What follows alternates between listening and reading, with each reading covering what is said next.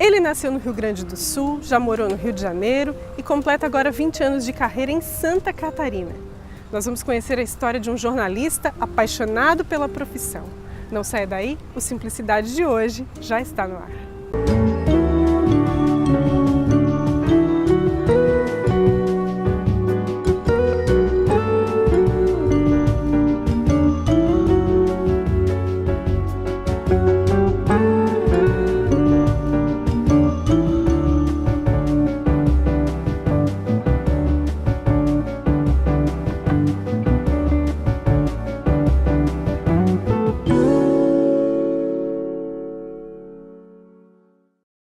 No Simplicidade de hoje, a gente conhece um pouco mais sobre um colega de profissão, Álvaro Dalmagro. Boa tarde, bom dia, boa noite. Ou boa noite, conforme a ocasião. Conforme a ocasião. Muito bom, obrigado pelo convite, estou muito lisonjado. Eu que agradeço. A gente sabe da correria da nossa profissão, mas conseguimos adequar as agendas, né, Álvaro? E a gente veio para esse lugar aqui, depois a gente vai entender melhor por quê. Parque Ambiental Encantos do Sul, muita gente já conhece. Verdade. Esse lugar que congrega famílias, reúne os amigos e permite aí várias possibilidades, né, para sair da rotina. É um centro de convivência, né, que a cada semana ele se torna mais popular e mais visitado. E tu estás bem envolvido, né, nesse projeto, e depois a gente vai comentar a respeito. Estou envolvido, represento a Murel aqui na diretoria do parque, que é uma das instituições, então eu já convivia porque todo final de semana eu trago minha filha aqui para brincar, o cachorro, tudo, enfim, então tive uma convivência agora mais efetiva do que eu já tinha. Agora, eu fiquei sabendo hoje algumas coisas a teu respeito, alguns detalhes aí da tua vida, vamos caminhando aqui e a gente vai conversando. 20 anos de Santa Catarina? 20 anos, por coincidência, dia 10 de setembro agora, vai completar 20 anos que eu vim do Rio Grande do Sul, já transferido pelo grupo RBS na época. 10 de setembro eu acordei umas 2, 3 da manhã, num ônibus que não lembro qual a empresa. Eu ia para um lado e para o outro dormindo sozinho. Depois que eu descobri que isso era a Serra do Rio do Rastro, eu não conhecia nada, absolutamente nada. Eu conhecia só de passagem aqui, de passagem Rio de Janeiro, Porto Alegre, que era um trajeto que eu fiz durante um período da minha vida com uma certa frequência. Mas pela Serra, não conhecia. Não conhecia? Qual foi a tua sensação quando visse a Serra? A Serra eu passei a noite, então eu não vi. Não chegou a ver a grandeza senão eu teria da descido antes, né? Ia dar medo, será? Dá medo, muito medo. A Serra, mas é linda, né? Mas hoje está bem estruturada, Depois né? Depois eu acabei passando dezenas de vezes de carro. Aí sim, é outra história, tu curte e tal. Sim, de ônibus realmente, dá um frio na barriga. Agora vamos relembrar então essa história que tu falaste da RBS. E é muito marcante a tua participação como repórter, como jornalista da TV. Tu foste um dos primeiros aqui da região. Eu tenho esse sentimento, eu acho que pelo período de trabalho. E hoje, depois de eu sair em 2005 da RBS TV, hoje então, 12 anos depois, ainda encontro pessoas que se lembram, mas no interior de São Martinho, de Imaruí, dos mais diferentes municípios. E eu vejo isso como um lado muito bacana, porque são pessoas que lembram, possivelmente porque gostavam do trabalho, né? E vem, me cumprimenta e tal, você não é fulano de tal, ainda às vezes eu lembro até do nome. Eu acho isso bacana, né? Então realmente marcou. E para ti, como foi essa experiência? Trabalhar na TV, a gente sabe que é muito diferente de trabalhar nos bastidores. Eu iniciei no jornalismo, quando me inscrevi no curso de jornalismo, eu queria, na verdade, mídia impressa. Ao contrário da maioria das pessoas, pelo que eu percebo, que entram para o jornalismo meio que deslumbrados. Eu vou trabalhar na TV. Na TV, você... Trabalhar na Globo. Isso, realmente. Depois, mais tarde, eu acabei indo para o mundo acadêmico, sendo professor. E aí, nas pesquisas que eu fazia em sala de aula, justamente para medir o interesse do aluno, que o levou até a universidade a buscar esse curso, eu percebi que realmente a maioria tinha uma ideia equivocada da profissão, né? Meio que glamourizada, vamos dizer assim. Exatamente. É. O que é bem diferente da realidade. O que é né? totalmente diferente da realidade. Não tem nada de romantismo, não tem nada de glamour, tem muito trabalho. Muito suor e muito suor, muita dedicação. correria. Como que começa então essa história? Trabalhava no Rio Grande do Sul, já na RBS. Isso. Eu me formei em jornalismo em 93, na faculdade Hélio Alonso, lá no Rio de Janeiro, onde eu fui morar, mudando de profissão e tal, fui morar lá. Meio sem querer, eu tinha um irmão que morava lá. Depois de uns anos eu entrei para a área de comunicação, comecei com marketing, no meio do processo eu mudei para jornalismo, me formei e estava saturado de Rio de Janeiro, já era muito violento. Já era uma cidade difícil, assim? Exatamente. Em 94 eu voltei, só me formei e voltei em 94, fui para o Rio Grande do Sul e aí eu efetivamente comecei minha carreira lá. Aí trabalhei em jornal impresso, em 2 jornais impressos, como se fosse Tubarão, os 2 jornais diários, né? E aí eu perdi o emprego no segundo jornal e uma amiga que era da mídia impressa, do Zero Hora na época, a Adriane Becker, me disse, olha, abriu uma vaga aqui em Santa Cruz do Sul. E eu fui, fiz o teste, era terrível, né? Mas enfim, eles me aceitaram, acho que os outros candidatos eram piores. O que é um repórter terrível? Não, eu não tinha cacuete para coisa. Porque cada veículo, tu sabe disso, tanto quanto eu, ele tem características específicas, né?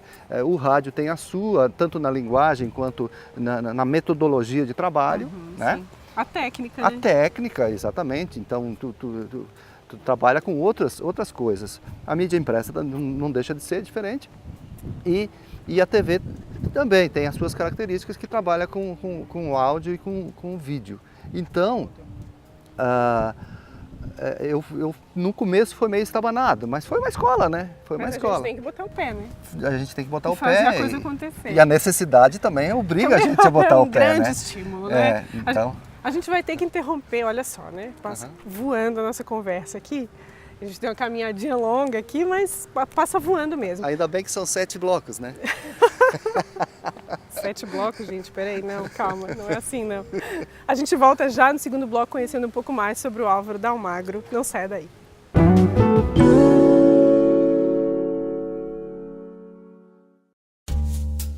Uma joia emociona. Ela é capaz de transmitir sentimentos e de realçar a beleza. Ela sempre é única, como os momentos que vivemos. E assim, é sempre especial. Por isso, nossa história na cidade se constrói há 35 anos, emocionando e fazendo parte da sua história. Alcidino, a marca da emoção. Você já se imaginou na França, numa daquelas casas históricas, cheias de charme, aproveitando de uma gastronomia diferenciada, com pratos de brilhar os olhos? Aromas que aguçam o apetite e lhe convidam a ficar horas com seus amigos e a pessoa amada? Então, pare de imaginar e venha para o Le Tabou.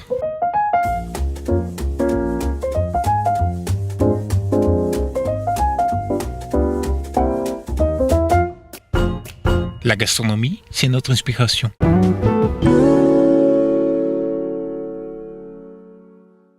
Voltamos com o segundo bloco do Simplicidade de hoje, conhecendo um pouco mais sobre o Álvaro Dalmagro, colega de jornalismo. A gente conversava no primeiro bloco sobre a tua experiência inicial ali no jornalismo e o aprendizado, né? A experiência que veio com o tempo também. Mas o início lá no Rio Grande do Sul te possibilitou vir a Santa Catarina. Foi isso, Álvaro? Como que foi essa transição? Eu tive muita sorte, na verdade. Eu tive muita sorte porque, mesmo com recém-formado e sem experiência, eu pude trabalhar no principal jornal lá de Passo Fundo, que é uma cidade do tamanho de Criciúma, e em seguida recebi uma proposta para ir no jornal concorrente, aí já para Isso é bom sinal para um jornalista. É bom, não deixa de ser. Ou para qualquer profissional, não posso ser falso modesto. Eu recebi uma proposta para chefiar a redação de um jornal concorrente e fui, aceitei e tal, e comecei bem nisso aí. Depois perdi o emprego e tal e acabei caindo de paraquedas, como eu te falei, na televisão, né?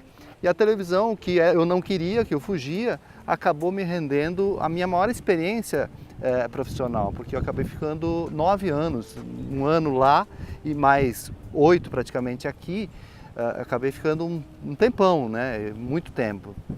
E aí depois o ciclo se fechou, eu acabei saindo, eu achei que era a hora.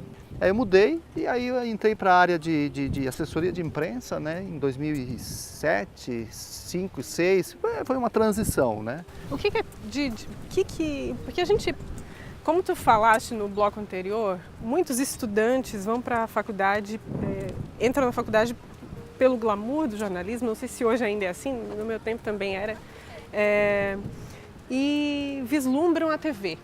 Né? Eu quero ter essa visibilidade, ou me expor, ou mostrar o meu trabalho para o máximo de pessoas possível, enfim, N motivos, né? Mas há um leque muito grande de trabalho para o jornalista, principalmente hoje com as redes sociais, as novas mídias, né, que se fala, já não são mais tão novas assim. Já não são novas, Como é que tu percebeu essa mudança depois que saiu da TV? O que é bom, o que é ruim nessa mudança, enfim? Como eu te falei nos bastidores antes, eu trabalhei de 98 até 2006 no curso de comunicação da Unisul.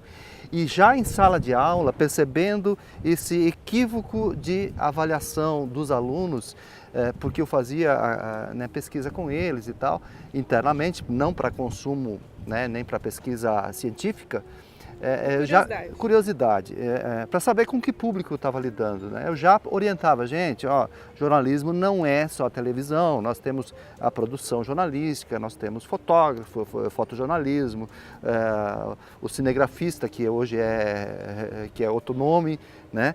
Enfim, tem inúmeras possibilidades dentro do jornalismo. Claro, quanto maior a cidade, maiores as possibilidades. Né? Mas ainda assim tem muitas. Tem muitas. E agora, então, com essas novas tecnologias, como você disse, não tão novas assim, mas que te permitem fazer coisas sensacionais e maravilhosas, ficou interessante. Mas uma coisa não dá para prescindir, que é a qualidade do texto, né? A qualidade do texto, da apuração, da questão ética, que é um desafio do jornalismo hoje, porque tudo é muito rápido, né? Sim, tudo é muito rápido. Se tu não publicares a notícia, o público publica. O público publica. Não é verdade? Com certos... Claro, sem os critérios exatamente, que o jornalista... Né? Aí mereceria um outro programa, porque realmente é muito complicado. Mas deixa eu te perguntar uma coisa curiosa, eu também sou curiosa.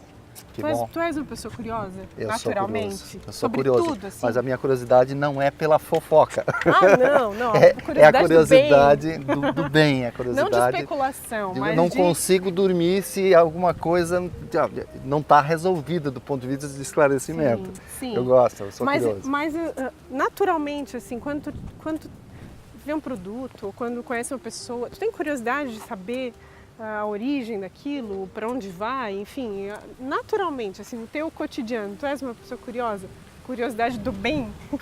Eu tenho, mas com o passar do tempo, algumas curiosidades, algumas questões, elas vão ficando para trás, porque eu acredito que seja um processo natural do amadurecimento e você vai deixando para trás certas curiosidades que possivelmente não te levam a muita coisa. Mas de uma maneira ser mais seletivo. Ser mais seletivo, exatamente. E talvez aí, nesse sentido, é que você percebe que muitos jornalistas vão atingindo uma determinada idade, eles vão buscando novos caminhos dentro do jornalismo. Por quê? Porque eles não aguentam mais pequenas pautas, coisas assim, né, às vezes superficiais, ou muito curtas, muito pequenas, né? Então eles vão crescendo naturalmente. Eles almejam mais. Almejam mais. Novos desafios, talvez. Isso. Tem alguma história curiosa do tempo de televisão que tu lembre, assim? De cara vem à tua mente? Tenho inúmeras, mas a assim? tragicômica que aconteceu, nós fomos fazer o processo de construção da imagem da Nossa Senhora Aparecida, lá no interior de 13 de Maio. E aí, é a maior imagem, me parece, da Nossa Senhora Aparecida no país.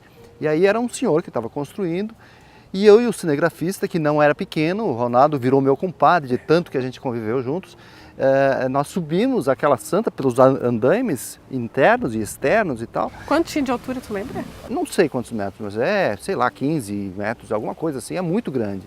E foi um sofrimento, foi muito grande. E aí chegamos lá para entrevistar o cara que estava construindo, e o que acontece? O cara era fã, eu tinha um problema de dicção, e ele não falava, nada que ele falava, que ele balbuciava era compreensível. E nós perdemos a viagem para entrevistar um cara que estava lá em cima, que não quis descer, e para nada, né? E foi muito engraçado, na hora a gente não sabia se ria, se chorava, enfim, foi uma manhã que nós perdemos e não conseguimos entrevistar o cara. Marcou. É uma situação nada... Várias histórias, eu imagino, tem muita coisa muitas pra contar, histórias. né? Muitas Depois histórias. a gente vai compartilhar um pouco falando da tua família, mas a gente encerra o segundo bloco. O segundo bloco já encerrou. 2 jornalistas falando, gente, não é fácil, né? A gente vai para o terceiro bloco falando um pouquinho mais sobre a vida do Álvaro, não sai daí.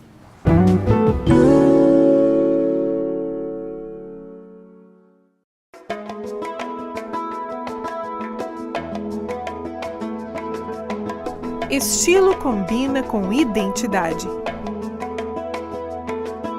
Com ser você mesmo. Isso combina com moda.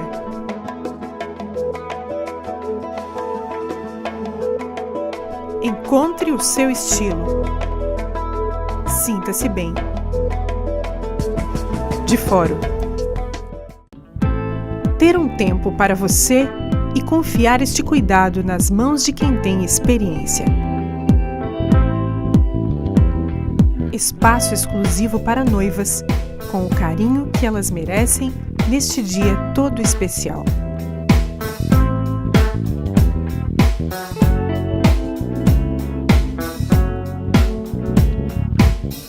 Noilda Cabeleireira.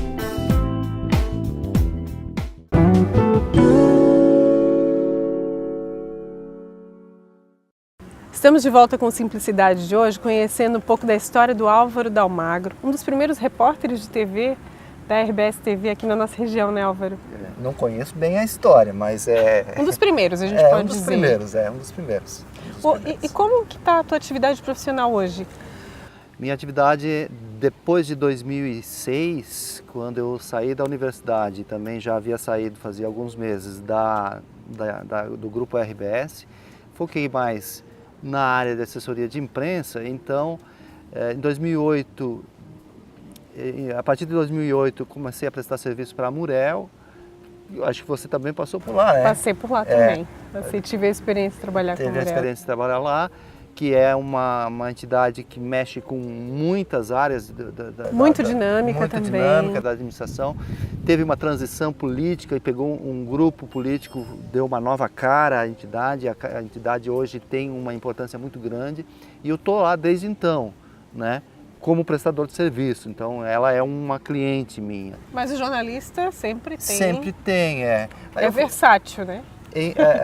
Em 2010 eu fiz uma revista pelos 40 anos da Murel e foi o primeiro contato que eu tive com a questão de escrever com aquele cunho histórico e tal, que acabou depois me rendendo em 2012 mais um trabalho com o atual diretor executivo, que na época era prefeito de Santa Rosa de Lima, o Celso Heidemann. Eu escrevi um livro do cinquentenário de Santa Rosa de Lima, que foi uma experiência muito bacana. Porque eu não sabia como é que era pesquisar esse negócio, né, do passado. Então eu fiz lá da colonização até a emancipação. E vai ter um segundo, não sei quando, que é da emancipação até a atualidade. Tem muita história, né? A nossa região tem muita história. Agora a gente veio para o Parque Ambiental Encantos do Sul, porque também está no teu leque de atividade profissional, né, Álvaro?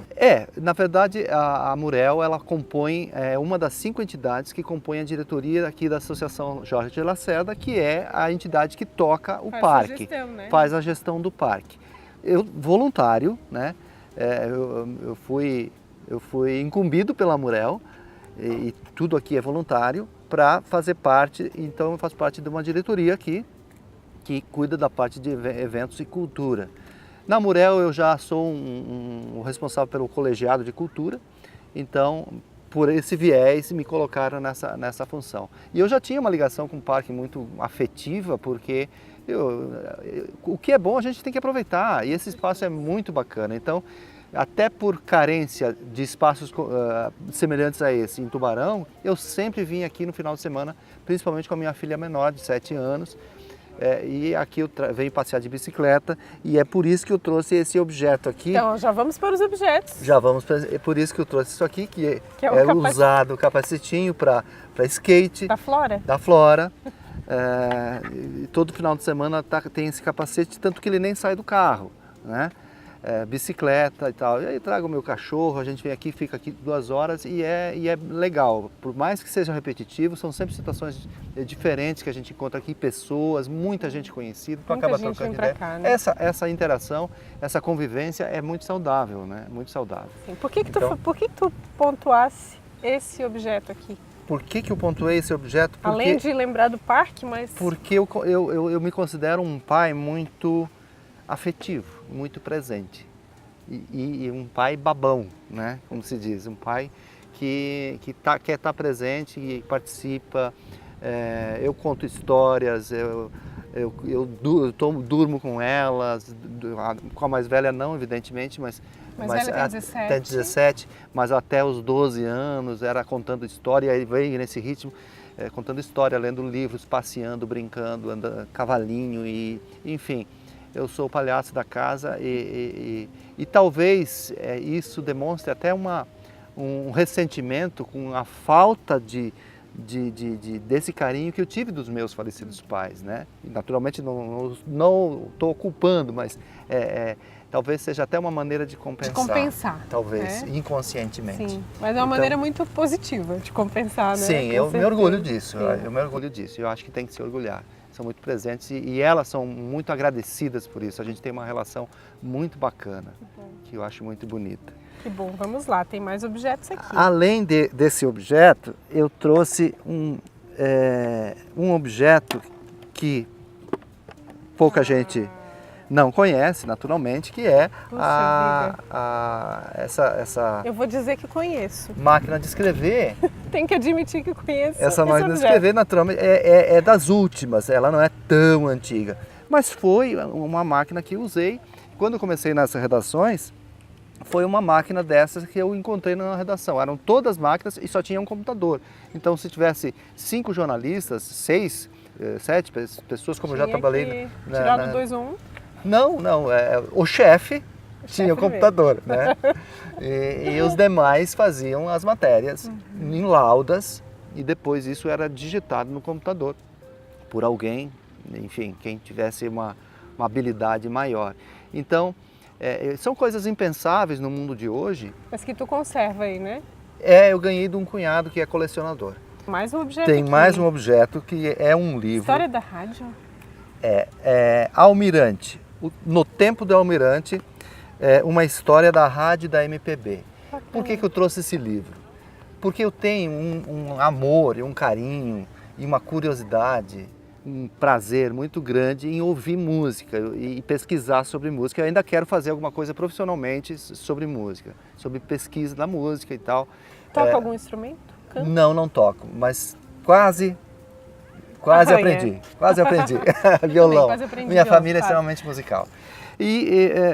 Então, simbolicamente, o livro é que transforma as pessoas, né? O livro transforma as pessoas. Os livros me transformaram para melhor. Eu era um sujeito que estava lá no meio do mato. Eu não seria ninguém. Ia morrer como um filho de agricultor.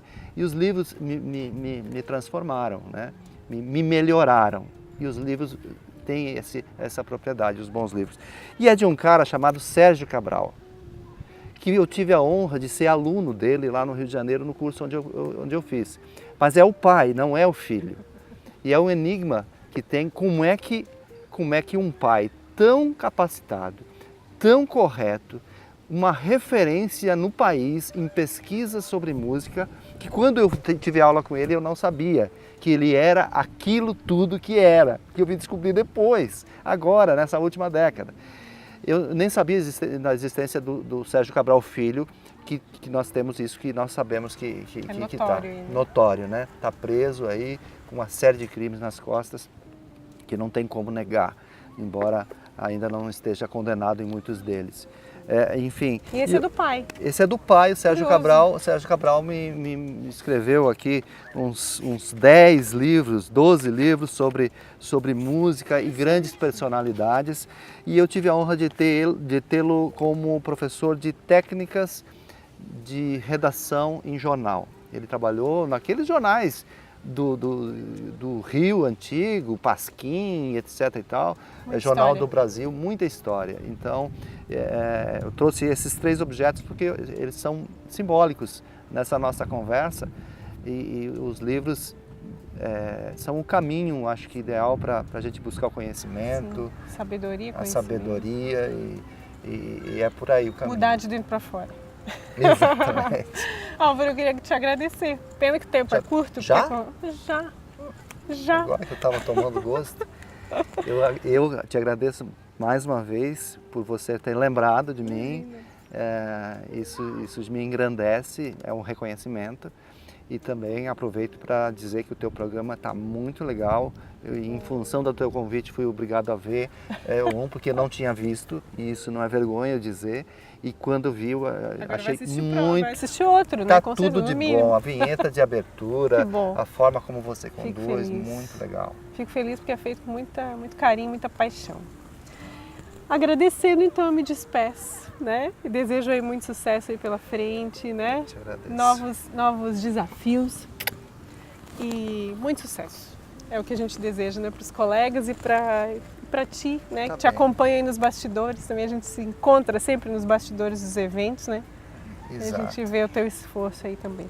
Obrigado, agradeço a todos, a produção e um forte abraço. Também trabalho aqui na prefeitura, de Capivari de Baixo. Um grande abraço a todos os colegas daqui. Tchau, tchau. Você gostou da história de hoje? Então, simplicidade é isso, né? A gente contar um outro lado das pessoas, um outro lado que a gente talvez não conheça tão bem. Eu agradeço a sua audiência e convido você a nos seguir também nas redes sociais e acompanhar outras edições do programa. Até o próximo Simplicidade.